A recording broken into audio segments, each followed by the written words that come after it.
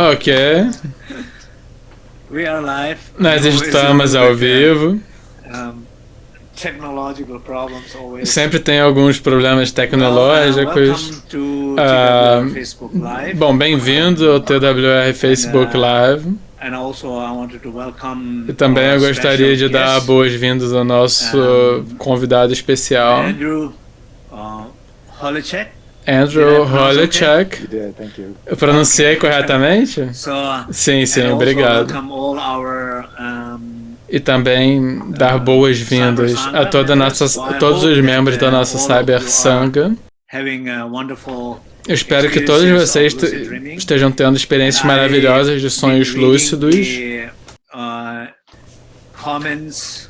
Eu tenho lido os comentários no meu Facebook e eu vejo muitos comentários muito belos. Então agradeço a vocês por compartilharem os comentários e as experiências. Também eu vejo um número de pessoas que estão também tendo sonhos lúcidos e sentindo algum impacto durante o dia. Então fico muito feliz de ouvir isso.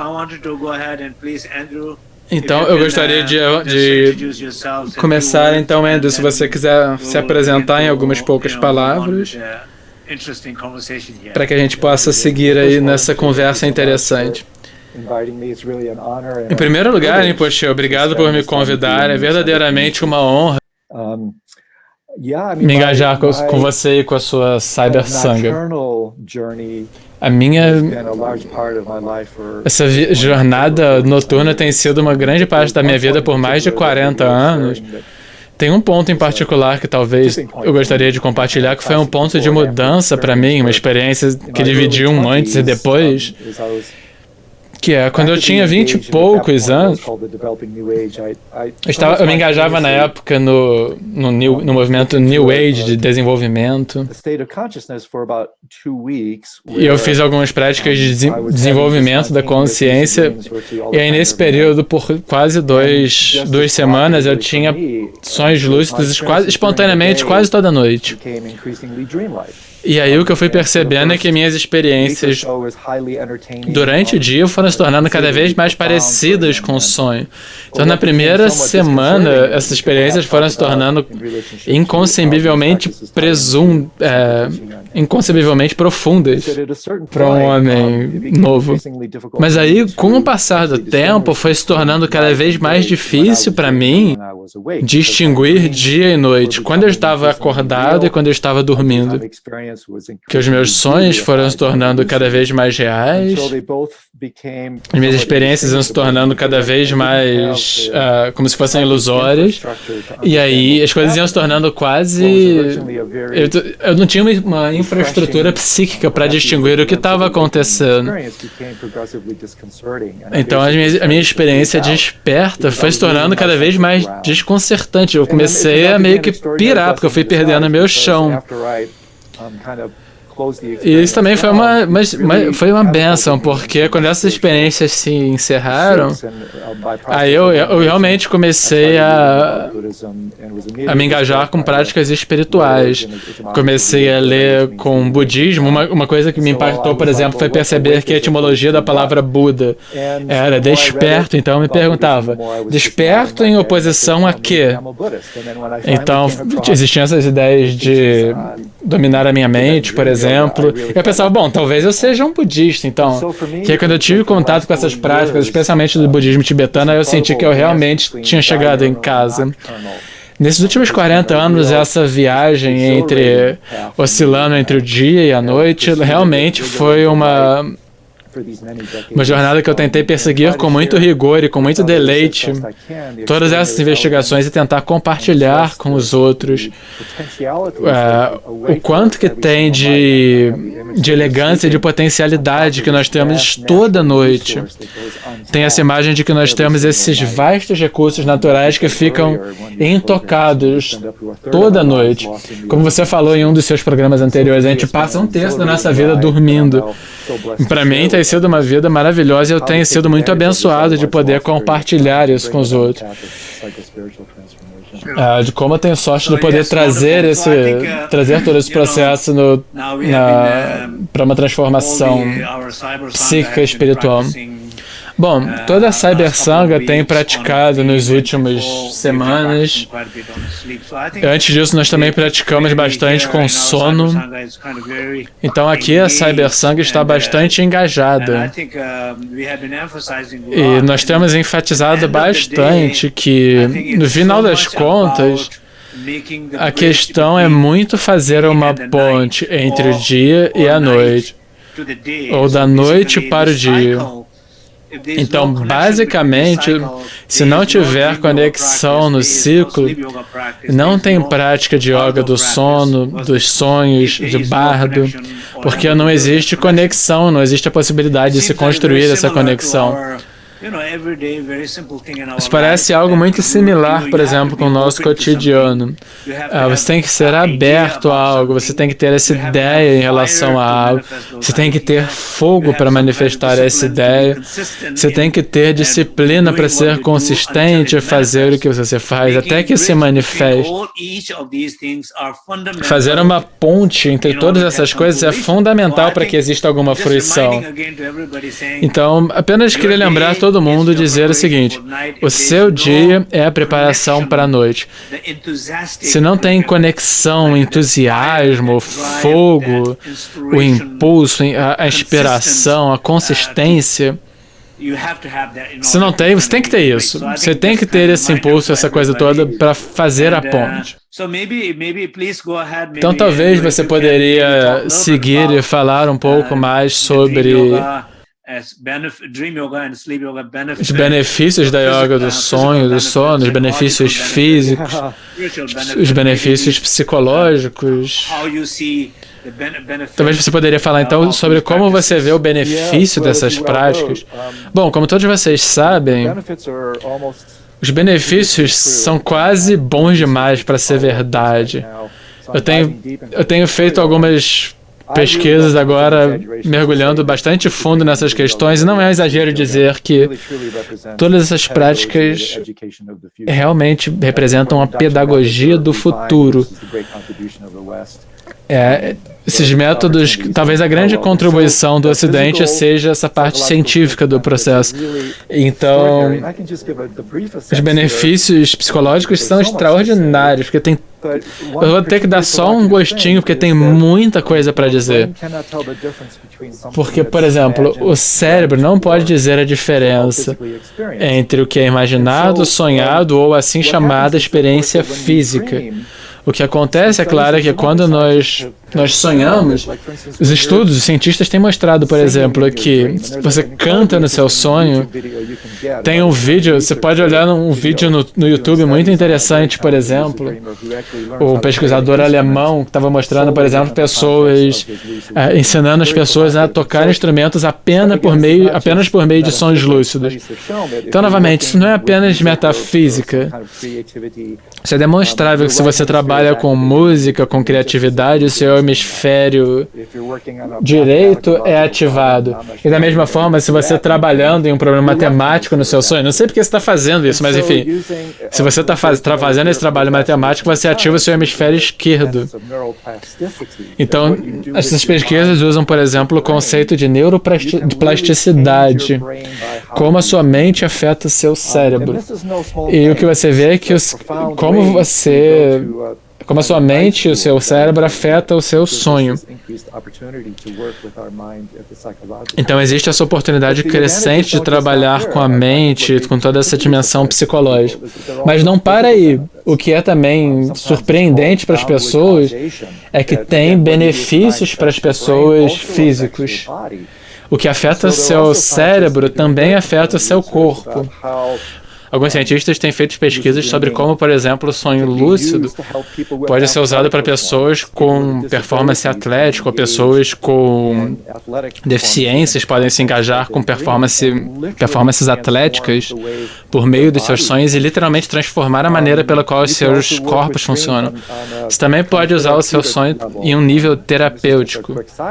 Isso não é só... Por exemplo, nos meus experimentos, se você tem uma questão interpessoal e você vai num terapeuta trabalhar com essa questão, como você sabe, nesse caso, por exemplo, a pessoa com quem você está trabalhando não tem que estar lá fisicamente. Ela tem que aparecer apenas fenomenicamente. E aí, no contexto do sonho, é melhor ainda, e dá para fazer isso de uma maneira muito bela, porque no sonho lúcido você também pode fazer esse trabalho terapêutico. E também com alguém que morreu, por exemplo. Porque esse é o fim do corpo, mas não é o fim de um relacionamento. Então, relacionamentos não resolvidos, eles podem ser purificados, por exemplo. Essas coisas que aparecem, por exemplo, em um sonho, então, como eles aparecem fenomenicamente, isso já é suficiente. A gente também poderia falar muito dos benefícios espirituais, como, por exemplo, o nome do nosso programa sobre benefícios espirituais. Como, por exemplo, o primeiro Karmapa, ele atingiu o corpo de arco-íris por meio de uma prática de yoga dos sonhos. Uma razão pela qual eu fico maravilhado de poder ir mais e mais fundo nessas práticas e compartilhar isso é essa oportunidade maravilhosa que nós temos toda noite. Basicamente, o que você está dizendo é que as aparições dos sonhos, cada sonho, cada situação, cada história que está acontecendo lá, parece que ela está acontecendo na sua mente, mas ao mesmo tempo é tão real quanto a vida desperta, quanto as experiências da vida desperta. Quando você pode mudar qualquer uma delas em seu sonho por meio dos seus sonhos lúcidos, o impacto, o desenvolvimento, a transformação na sua vida funciona da mesma forma. Basicamente é isso. Estou tendo um eco aqui. Bom, Namkhai Norbu Rinpoche, o grande mestre Nyingma, ele fala sobre a prática de yoga dos sonhos, que ele diz que as práticas que nós fazemos no nosso estado de sonho são até 9 vezes mais efetivos do que o que nós fazemos no estado desperto.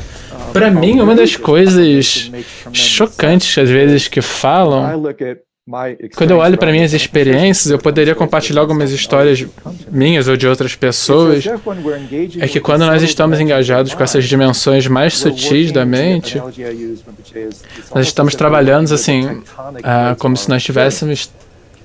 Bom, o que nós fazemos é como se fossem as dimensões teutônicas da nossa experiência. O que nós fazemos lá embaixo afeta a nossa experiência aqui em cima.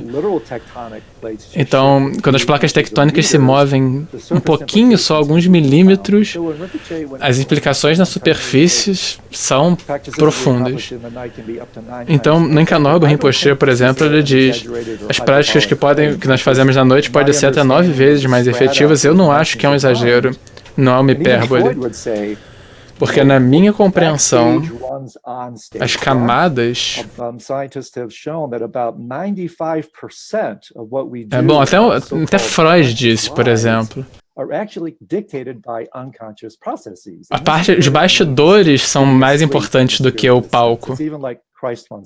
Um altíssimo percentual do que nós fazemos na nossa vida consciente, na verdade, é ditado por processos inconscientes. Então, isso é o que significa estar desperto, estar dormindo em um sentido espiritual. A questão não é nem só não saber o que está fazendo.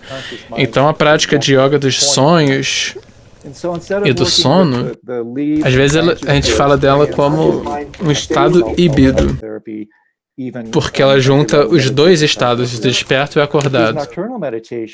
Então, em vez de trabalhar com os detalhes da sua experiência, com as folhas, que é como fazem em autoajuda, ou quem ensina os primeiros passos na meditação, aqui nós não estamos trabalhando só com as folhas ou com os troncos mais básicos, ou mesmo com o tronco. Nós estamos trabalhando com a raiz. Uma maneira pela qual nós podemos falar sobre isso, eu acredito que quando as pessoas têm sonhos hiperlúcidos, uma experiência clara de não estar mediada, de consciência do sonho, não é tão diferente do que as pessoas experienciam quando elas têm uma experiência de quase morte. O que eu quero dizer é, as pessoas podem voltar de uma experiência de quase morte e podem transformar toda a sua vida. Um evento pode mudar toda a trajetória da vida delas. E eu argumentaria, eu diria que é porque eles tocam em algo tão fundacional, tão verdadeiro, tão direto, tão desperto, que ela pode dar forma a todo o movimento da nossa vida desperta. Eu acredito, eu deveria dizer da minha própria experiência, por isso que eu sou tão apaixonado por isso. Quando você tem um sonho mais real do que o seu sonho, seu estado desperto, que é o contrário, quando você acorda do seu sonho, aqui que parece seu sonho, isso muda tudo. É por isso que, novamente, nós temos que ter cuidado de não embarcar demais numa hype, numa empolgação, mas há um motivo pelo qual os cientistas dizem que essas experiências que nós temos à noite é quase sem paralelos. É por isso que eu fico tão feliz de poder compartilhar essa experiência contigo. Bom, eu penso que um dos alunos da Cybersanga, Jane, pergunta: é divertido ter um sonho desperto? Qual é o propósito? Talvez eu poderia dizer algo sobre isso para toda a Cybersanga. De acordo com os ensinamentos, bom, em primeiro lugar, a ideia do sonho, quando nós falamos em sonho, para nós, tem alguma noção de que o sonho não é real. E que o que é real... Só que o que é real é uma questão um pouco mais problemática para nós. Sempre que você diz se algo é real, que algo é sério, isso tem mais potencial de criar sofrimento. E aí o sonho é considerado como algo que não é real. Então, às vezes, a gente usa o sonho como metáfora para explicar uma verdade mais profunda da realidade. Mas quando nós desenvolvemos essas experiências realmente profundas e desenvolvemos essas técnicas, e quando você tem um sonho lúcido, você começa a ver as experiências da sua noite e você está consciente delas. Isso basicamente significa, e você sabe que está sonhando, isso basicamente significa que você tem controle, você tem o poder, você pode guiar, você pode transformar. Nos ensinamentos de Madhu, a gente chama as deusas dos sonhos são chamadas como deusas miraculosas. Essa noção de mágicas, miraculosas, ilusórias, basicamente isso significa que é mutável. Você pode mudar. Você não precisa ficar preso na realidade que você criou com o seu ego, suas condições, a sua dor. Você não precisa ficar preso nessa realidade. A realidade que você percebe pode ser totalmente mudada e transformada. Então, sonho lúcido não é apenas uma questão de se divertir, mas de ir além e de transcender as suas condições, transformar os seus sofrimentos, beneficiar, reconectar com a sua potencialidade e beneficiar a si mesmo e aos outros. Então é uma questão, um sentido espiritual de liberdade, de despertar. Você consegue se conectar com aspectos mais elevados de você. E, bom, isso continua sendo divertido, mas é mais do que isso. Você tem condições de manifestar aspectos mais elevados de você. Isso nós chamamos de atividades iluminadas. Isso também é divertido, mas é mais do que uma diversão sansárica ordinária. Então, isso é uma questão importante nos sonhos lúcidos. Talvez você queira falar algumas coisas sobre isso. Eu acho, bom, várias coisas. Quando eu faço a minha distinção entre yoga dos sonhos e do sono, uma das maneiras pelas quais eu defino, e eu acho que é o que você está sugerindo, em muitas maneiras, o sonho lúcido, bom, nos níveis iniciais é divertido, pode fazer transformações psicológicas. Eu gosto de falar de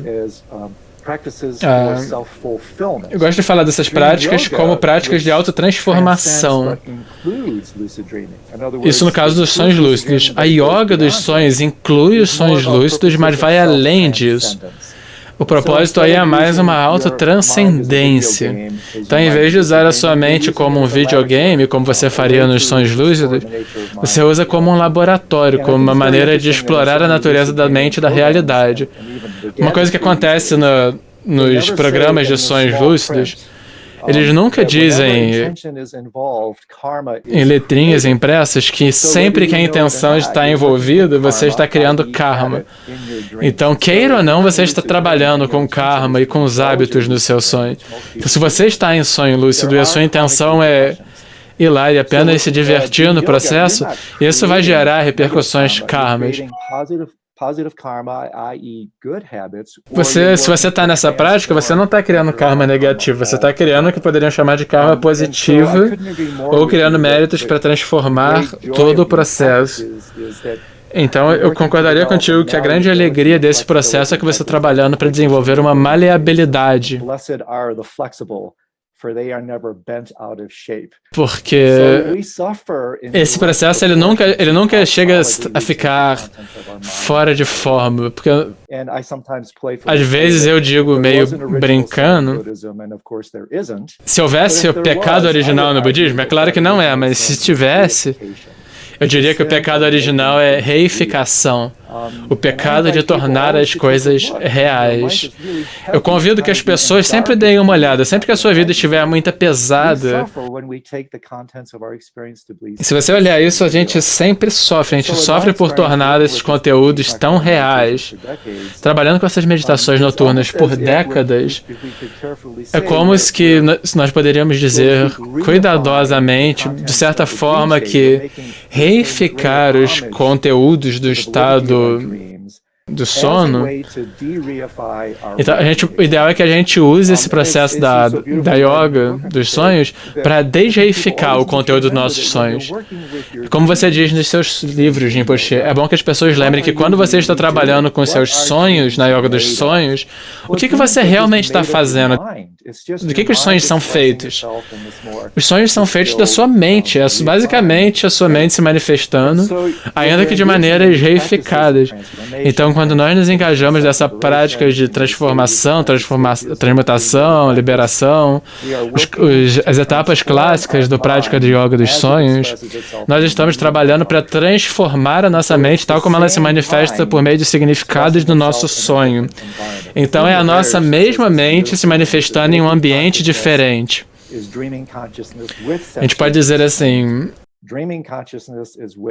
a consciência desperta, ela tem os constrangimentos físicos. No sonho não existem esses constrangimentos físicos. Então, novamente, o benefício extraordinário é que você pode fazer transformações profundas e relativamente rápido. Quando você lê a literatura, por exemplo, como eu estou fazendo agora, é realmente extraordinário o quantos testemunhos tens, por exemplo, testemunhos espirituais, quantas pessoas e quantas vidas se transformaram, às vezes, em uma noite, por meio de sonhos poderosos. Maravilhoso, sim.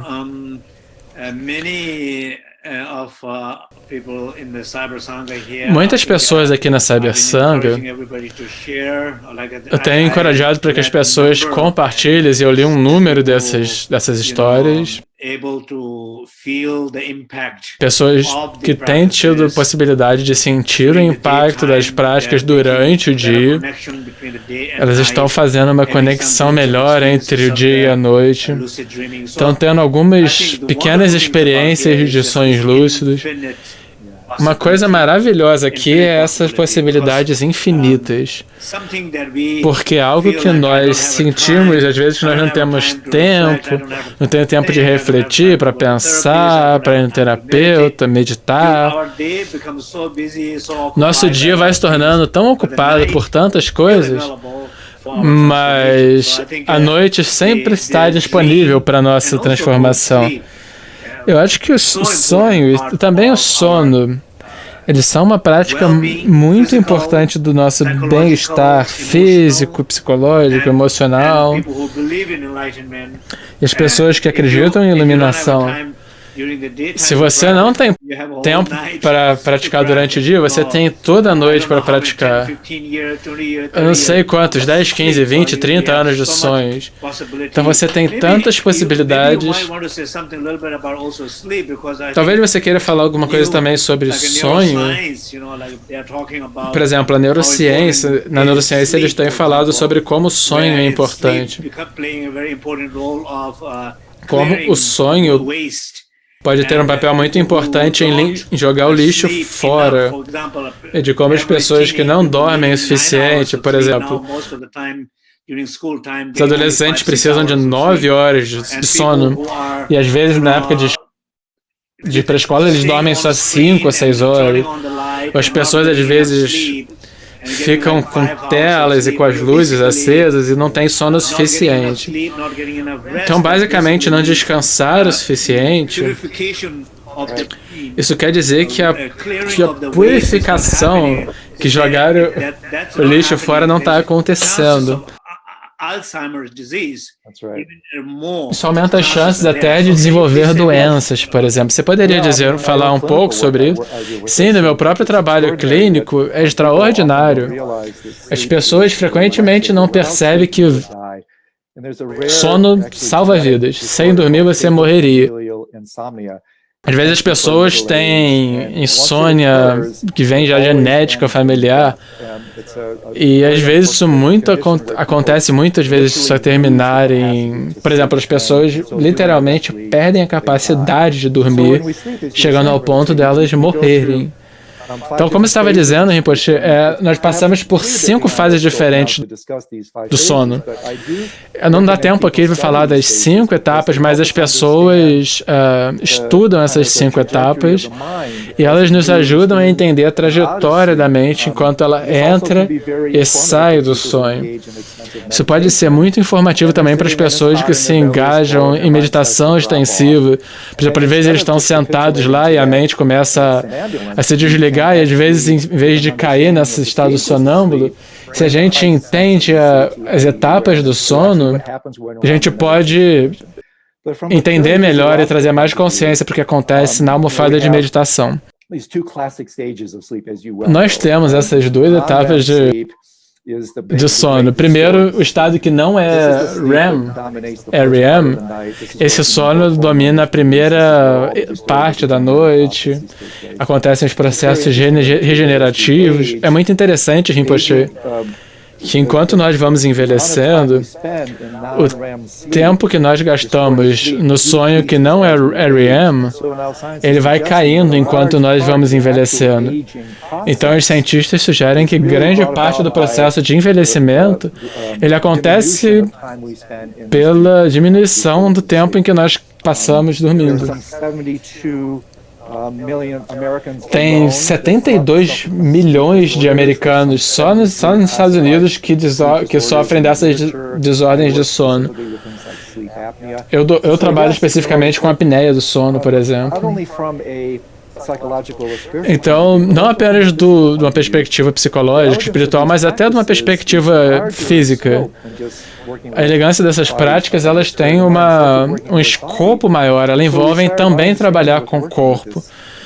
A minha compreensão em trabalhando com isso é que nós vamos ter um relacionamento melhor com o corpo, que é assim, o templo do sonho.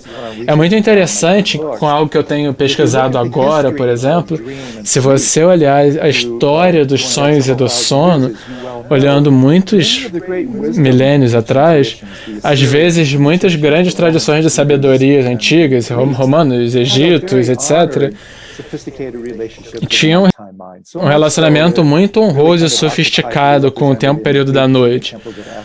Por exemplo, como eles são mostrados nos templos da cura gregos, as pessoas iriam para um templo de cura, faziam rituais de jejum, práticas de purificação. Eles receberiam um sonho do médico que fazia as adivinhações e eles iriam curar. O que aconteceu a partir dos períodos mais obscuros, por exemplo, São Jerônimo e outros, eles começaram a demonizar os sonhos. Alguns textos hebreus, por exemplo, eram mal traduzidos e os sonhos começaram a ser vistos como o trabalho do diabo. Então, de certa forma, todos nós fomos jogados para fora do templo do sonho. Por exemplo, com Freud, Jung e outros, eles restabeleceram uma relação honrosa com sonhos em um nível mais psicológico. Eles não eram tanto descobridores, quanto mais eles eram restauradores. Acho que uma das vantagens dessas meditações noturnas é que nós nos engajamos numa reconstrução desses templos de sonhos. Nós criamos o nosso próprio templo trabalhando com a nossa mente durante o dia, fazendo a nossa higiene do sono, por exemplo, com o apoio da ciência ocidental, por exemplo. Isso nós podemos trazer esse apoio também para esse templo do sonho. E também de uma perspectiva espiritual, por exemplo, com yoga, com purificações dos pranas. Então nós estamos fazendo isso toda noite. Quando nós vamos dormir, nós podemos restaurar e reconstruir o nosso próprio templo, o nosso templo do sonho. Voltar a homenagear a nossa mente que dorme, restabelecer esse relacionamento elevado, quase sagrado. Isso melhora a qualidade do nosso estado, não só de sonho, mas também de sono. E aí o Rinpoche, bom, eu acho que tem algo muito simples aqui, ver o valor de como é importante dormir, de como o sonho é importante. Do ponto de vista físico, restauração, cura, mesmo para o cérebro, que precisa, por exemplo, para que ele possa se limpar. Então, basicamente, é tão importante ver de uma maneira importante que o sono é muito importante. E antecipar esse processo para entrar nessa jornada sagrada de cura espiritual. E aí, querer entrar nisso, encontrar a si mesmo, encontrar as possibilidades infinitas, encontrar as suas qualidades internas, exercitar, expressar as suas qualidades internas dentro do sonho, e sabendo que isso terá impacto na sua vida. Então, valorizar isso é importante. Eu conheço crianças, por exemplo, o meu filho. Às vezes as crianças têm, por exemplo, 6, 7, 8, 9, 10 anos. Eles não gostam de ir dormir, sabe? Tem que ficar dizendo para eles irem para a cama, vão para a cama. E aí uma vez meu filho falou: que desperdício do tempo, é tão divertido ficar desperto. Então eu acho que esse relacionamento com o sonho, com o sono, sentir como ele é importante, a gente está perdendo um pouco isso. Eu verdadeiramente vejo agora valor em ir para a cama. Eu espero pelo momento de ir para a cama. Bom, tchau todo mundo, eu estou indo. É muito importante, é interessante, Rinpoche, às vezes, frequentemente digo para as pessoas, tem uma investigação muito interessante. Nós saibamos ou não, exatamente o que você está apontando, todos nós somos vítimas de formas de discriminação. As piores formas de discriminação é as que nós não sabemos que nós estamos infligidos. Como disse Mark Twain disse, aquilo que você não sabe é o que te causa problemas. A gente, saibamos nós ou não, nós temos preconceitos muito focados no estado desperto. Nós achamos que a nossa mente e a nossa mente são muito ditados só pelo que nós experienciamos no nosso estado despertos. Assim como nós temos um foco muito grande na visão, a nossa visão, por exemplo, tende a dominar a atividade das outros sentidos uma proporção de quase 100 para 1. Por causa dessas discriminações, o que acontece é a nossa consciência desperta coloniza e domina outras formas de consciência. A gente não consegue experienciá-las. Isso acaba sendo uma consciência basicamente egóica. Durante o sonho, o ego perde um pouco do controle dele. Então, quando o ego adormece, ele não consegue experienciar o sonho lúcido junto com o sono lúcido, e aí então a gente acaba simplesmente não dando importância para isso. Fazer isso é simplesmente descartar uma experiência muito importante de desenvolvimento. Então, o que essas práticas fazem é, em primeiro lugar, é importante diminuir esse foco excessivo no estado desperto. E a gente tem que desenvolver uma equanimidade, um só sabor. É como Milarepa disse em uma das suas canções, não ver como se houvesse diferenças entre estar acordado e desperto. Então, a equanimidade é realmente uma das fruições aqui. Toda a nossa percepção da realidade é muito dominada pelas experiências do nosso estado desperto. E experiências das quais nós temos muito pouco conhecimento. E nós não sabemos do quão poderosas essas experiências do sonho e do sono podem ser. Os grandes yogis do passado, eles exploraram o como é importante também as práticas da noite. Isso vale também para as práticas do morrer. E dormir é também uma forma de ter experiência da morte sem morrer. Ter experiência de você estar testando. Como é passar pelo momento do bardo, só que sem morrer. Quando você morrer, você caiu, se deu errado, deu errado. Mas quando você está dormindo, se não deu certo, você ainda tem outra chance. Então é importante aproveitar. É uma coisa que todo mundo sabe. O livro do Andrew Holecek, ele se chama Yoga do Sonho, Iluminando a Sua Vida através do sonho lúcido, a yoga tibetana do sono. Você pode encontrar esse livro em todo lugar, na Amazon e por aí vai. Tem algo no livro que você pode querer tocar hoje? Eu queria dizer algo relacionado ao ensinamento dos bardos. A minha experiência das práticas da noite realmente se fortaleceu muito quando eu estava ensinando sobre os bardos. Eu costumava ter uma visão linear da consciência.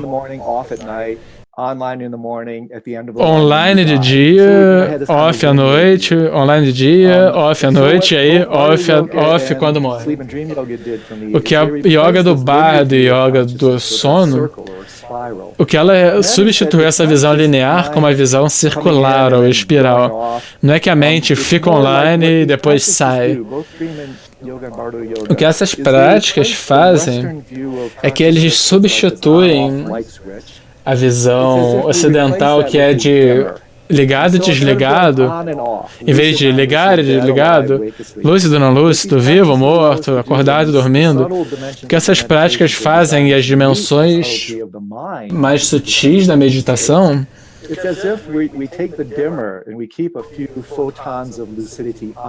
se a gente ainda, se as coisas vão se apagando e a gente ainda mantém alguma lucidez presente, em vez da gente adormecer de modo ignorante ou morrer ignorantemente, essas práticas nos permitem manter a luz acesa. Aí a gente começa a ver esse jogo sem fim das luzes se manifestando. Não é ligado, desligado, assim, não, branco e preto. É essa gradação de grosseiro até extremamente sutil. Então, O que essas práticas nos dão é meditação, é que nos permitem ficar familiarizados, né? A palavra tibetana Gom. Então o que se revela é que quando a gente dorme ou morre, é que em vez da gente simplesmente se apagar, a gente mantém a luz da consciência acesa. Então o que significa realizar essas práticas, tal como eu entendia isso, a gente vê que a mente se manifesta e dança por essas diversas manifestações da experiência. Na tradição do Bon, dos 6 yogas de Naropa, do Tantra Mãe, a consciência desperta, a verdadeira natureza da mente sempre está presente. Ela é apenas presença, ela está para além do tempo e do espaço. A nossa conexão com isso, a nossa consciência disso, ela está ligada e desligada. Mas a verdade não muda, a consciência não muda, a essência não muda, a luz está sempre lá. É por isso que eu penso que, de certa forma, não apenas o sonho e o sono, eles são duas partes definitivamente diferentes.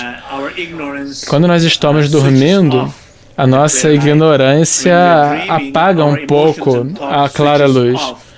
E aí, quando a gente está dormindo, os pensamentos ignorantes, eles apagam um pouco, obscurecem a clara luz, mas não precisa ser assim. Quando a gente está livre, às vezes, nada disso é necessário, realmente. Qualquer emoção negativa que surge,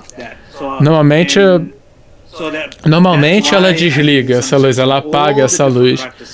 Mas o que todas essas diferentes práticas fazem, elas são basicamente antídotos para esses diferentes tipos de situação. Bardo, Poa, Chö, as práticas dos elementos, eles são igualmente importantes como nós passamos entre sonho e sono.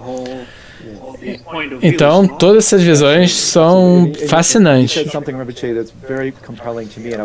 Rinpoche, você disse algo que é muito interessante para mim. Eu amo ouvir seus pensamentos sobre isso. Para mim, tem duas maneiras de olhar para os sonhos lúcidos. Primeiro, em um sentido mais relativo, é algo em que nós temos que nos treinar. Em um sentido, uma abordagem de um veículo causal, relativo. Eu gostaria muito de ouvir a sua opinião sobre isso, mas eu acho que uma maneira mais elegante de olhar, tanto para os sonhos lúcidos quanto para a lucidez de modo geral, porque a lucidez é só uma palavra-chave para a consciência, porque eu acho que a lucidez é simplesmente o estado natural do sonho. Porque o que acontece é, nós fomos treinados por hábito, nós fomos treinados em não lucidez, por entender o inimigo, como diz, por exemplo, Sun Tzu no clássico Arte da Guerra. Se você conhece o seu inimigo, você pode transformar esse inimigo no seu amigo. Eu gostaria de ouvir, Rinpoche, o que você pensa, que numa perspectiva absoluta, é que a única coisa que nós realmente precisamos fazer, e eu considero que isso é uma instrução irredutível, vale para a morte, para o caminho espiritual, dá para resumir, em uma palavra só, a palavra-chave seria relaxamento. Esse já é o estado lúcido natural da mente. E então o sonho lúcido já é a manifestação natural desse relaxamento. Porque é importante entender então que a gente tem a abordagem relativa, focada no karma, nos hábitos, mas em um nível, como o Trungpa Rinpoche falou, desejar ter um objetivo é o único obstáculo. Como ser humano, isso é muito difícil. Mas a única coisa que nós precisamos fazer é abrir e relaxar. Isso também, então, é o que acontece também de uma abordagem Dzogchen. Definitivamente é uma palavra. Definitivamente é uma palavra bonita.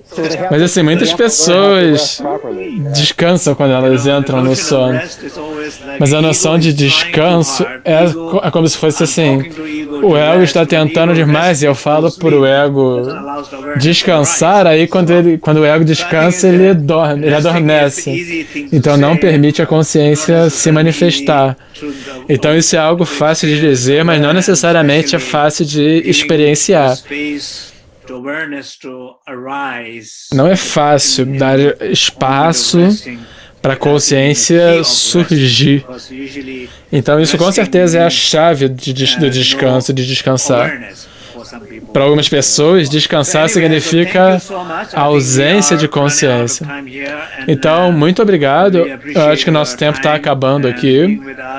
Nós apreciamos o nosso tempo aqui, que você esteja com a gente, compartilhando o seu conhecimento, as suas experiências. Para as pessoas que estão pessoas que continuam interessadas, vocês podem procurar o livro do Andrew, descobrir onde o Andrew está. Então, muito obrigado. Obrigado, Rinpoche. Tchau.